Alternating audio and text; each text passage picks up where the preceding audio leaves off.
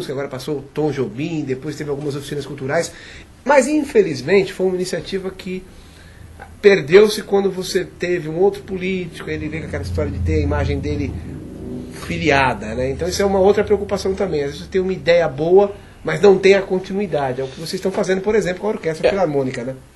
Eu acho que aí tem uma coisa importante, né? O Brasil já mudou com relação a isso, tá? Inclusive na política. Você vê que todas as conquistas do governo Fernando Henrique foram mantidas e melhoradas pelo governo Lula, tá certo? E hoje ninguém mais propõe mudanças de coisas que estão funcionando. Pelo contrário, todo mundo que está prometendo não só manter, como melhorar, tá certo?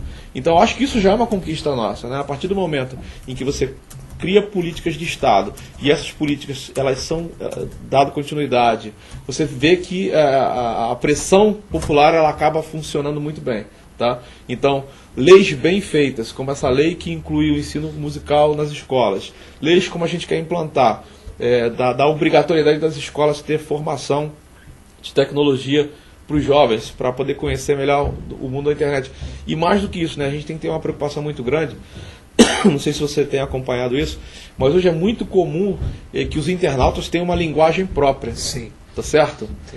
Isso está deformando a língua brasileira. Muito. Isso está deformando. Se você escreve você, VC e por aí vai. E... Se você lê uma carta, um texto todo feito dentro do MSN, por exemplo, às vezes não dá para entender. Mas quem tá se comunicando sabe exatamente o que o outro lá na ponta tá falando. Tá? Então até isso tem que ser uma preocupação nossa, enquanto legislador, de criar ferramentas para que a gente não pode impedir a criação de uma nova linguagem, tá certo? Mas que a gente não deixe cair a qualidade da educação em função do poder da tecnologia. Então tem uma coisa aí, tem uma quebra de paradigma interessante pra gente. Agora não dá pra falar, rapaz, nesse universo de internet, sem falar em segurança. Nesse quesito, o que mais me preocupa é a qualidade da internet que é oferecida ou a segurança da internet?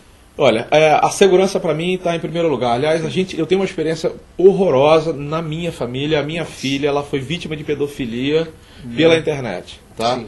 Ela criou um perfil no Orkut. Sim. E em determinado momento ela deixou o perfil no Orkut, não, no Skype, tá certo? Em determinado momento ela estava sendo acessada por gente do mundo inteiro, porque ela lá, loira, de olhos azuis, não sei o que, blá. E aí o que aconteceu? Ela começou a ser muito assediada sexualmente. Menor. Minha filha é menor, minha filha tem 11 anos. 11 anos? Tá certo? 11 anos, Sim. Ok? Então, em determinado momento, meu filho, que é mais velho, percebeu uma movimentação. Sim. E a minha filha não estava entendendo muito o que o pedófilo estava acontecendo. Uhum. E aí eu entrei no Skype, logado com o nome dela, e comecei a conversar com a pessoa do outro lado. Porque a abordagem ela é muito sucinta. Não, né? E a gente acabou descobrindo. Sim. Era uma pessoa que trabalhava numa farmácia, aqui na capital de São Paulo, que usava a internet para poder fazer assédio sexual em menores. Tá certo? Então, assim, uma das coisas que a gente está muito preocupado também é com o comportamento dos pais com relação ao uso dos filhos na internet. Tá? Então você vê toda hora, em tudo quanto é canal aí, crianças que ficam o tempo inteiro com a cara no computador, com a cara navegando na internet, etc., sem oferecer para os filhos um controle do tempo de acesso, aonde que está sendo visitado. Por exemplo, na minha casa, todo o acesso dos meus 2 filhos é controlado. Eu sei aonde eles vão e quando, e eles sabem que a gente tem esse controle, justamente para poder mapear que tipo de acesso eles estão tendo. Inclusive, Jorge, você fala, e a Ariana escreve aqui pra gente, olha, meu pai morre de medo de internet. Ele gosta de acompanhar o que fazemos, Orkut, MSN, ela ressalta aqui, detalhe, eu tenho 20 anos e a minha irmã mais nova, 16, mas é muito perigoso, diz ela. E a Ariana acrescenta, é bom sempre os pais acompanharem. O Neto acredita, Ariana, com certeza, existe o bem, o mal, tem pessoas que usam para o bem, ou seja, é fato, né? O pai tem de acompanhar. Né? Não, é fato, e assim, nessa ocasião em que eu me loguei com o usuário da minha filha, sim, é assim, é muito escancarado o que o pedófilo faz, tá certo? Pede para tirar roupa, pede para tirar foto e mandar, foto nua e mandar, tá certo? Graças a Deus, assim, eu tive a possibilidade de ter um diálogo muito franco com os meus filhos. Sim. E fazer com que eles, assim, não tivessem medo de que o papai estava fazendo. O papai não estava invadindo a privacidade deles, pelo contrário, o papai estava protegendo, estava cuidando. E nisso eu tive a oportunidade de acionar a polícia, tá certo? E a polícia conseguiu rastrear e chegar nesse pedófilo. Foi preso. Olha, eu não sei porque eu já não me envolvi mais. Mas enfim, tá certo? foi encaminhado à polícia. Mas foi encaminhado e aí eu desfiz o usuário dela, enfim, hoje o controle dela não é mais aberto, o controle dela é fechado. Sim. Eu tenho acesso pleno, você sabe que você pode configurar isso, né? Sim, eu tenho. Eu tenho um filho de 11 anos, eu também então eu controlo tudo. Por exemplo, todo o e-mail que meu filho e minha filha recebem ou envia, eu e a minha mulher recebemos cópia, tá certo? Então, assim, o importante é o diálogo aberto e franco com os filhos, tá certo? Para poder eles entenderem que, olha, a gente não está fazendo isso porque a gente quer invadir a sua privacidade. A gente já foi criança, a gente já foi jovem, sim, você tem lá sua namorada, etc. Mas a gente vai ficar sabendo só para ver o que está acontecendo. A gente não vai impedir a sua vida, mas a gente está protegendo para coisas como esse tipo. Isso também é um problema, porque de repente você faz a sua campanha pela internet, põe o seu perfil e vem um outro hacker da vida e detona o seu perfil e taca a bola para frente. No nosso caso isso talvez não aconteça, porque como a gente está muito preparado para isso, né, tem uma área de tecnologia muito forte nossa, a gente está fazendo uma coisa que tem um controle muito bom. Mas, mais do que isso, tá certo?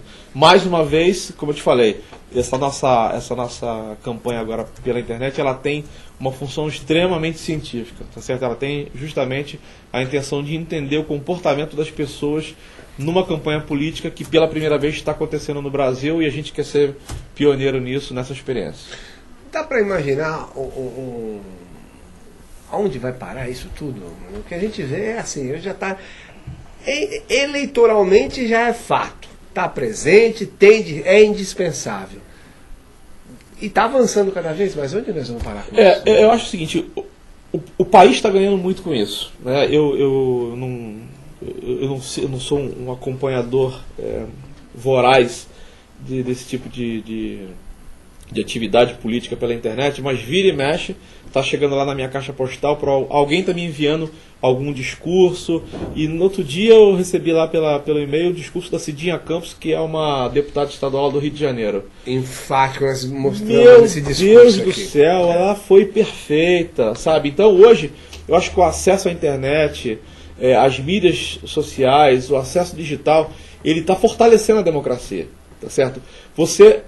Cada vez mais você vai ver a corrupção sendo cercada por todos os lados, tá certo? O mau uso do dinheiro público, porque hoje há uma fiscalização muito maior e muito mais profunda do cidadão com relação ao uso do dinheiro público, à atividade política, entendeu? O fato de você ter, na hora que você se candidata, você tem que abrir o seu imposto de renda, ok? Você tem que fazer todos os seus gastos públicos tem que ser abertos pela internet, tem a lei de responsabilidade fiscal, ou seja, você tem lá tem vários sites que acompanham o movimento dos gastos de governo, os gastos dos candidatos, os gastos dos governantes. Então, assim, a democracia só se fortalece o tempo todo, tá certo? Assim, pra gente é um absurdo muito grande.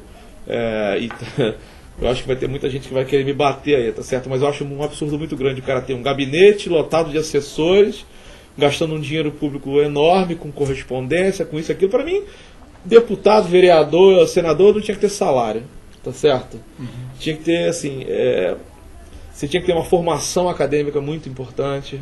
A formação política. Uma formação política muito importante. No momento em que você se candidatar, você querer doar para a sociedade o teu tempo, tá certo? E não viver profissionalmente da política. Tá? Porque o que você vê é muita gente vivendo profissionalmente da política, ganhando salário e pagando muita gente que não necessariamente tem competência para estar exercendo aquele cargo de assessor dentro do gabinete, mas porque está fazendo um favor de alguém que te ajudou na campanha, etc. Eu acho que isso no nosso lado tem uma vantagem muito grande também, porque como a gente vai fazer uma campanha que a gente não vai precisar pedir favor, a campanha vai ser totalmente feita pela internet, vai votar quem acredita na proposta. Okay? E vai poder cobrar depois. E só, assim, vai trabalhar nesse núcleo que a gente for eventualmente formar, quem realmente tiver competência acadêmica, competência profissional, que logicamente não precisa estar formado para poder ter uma atuação dentro do gabinete, mas tem que ter uma formação mínima, ética, moral, ok? Para você poder fazer um bom uso da tua atuação política, porque senão, assim, o Brasil pede mudança o tempo inteiro.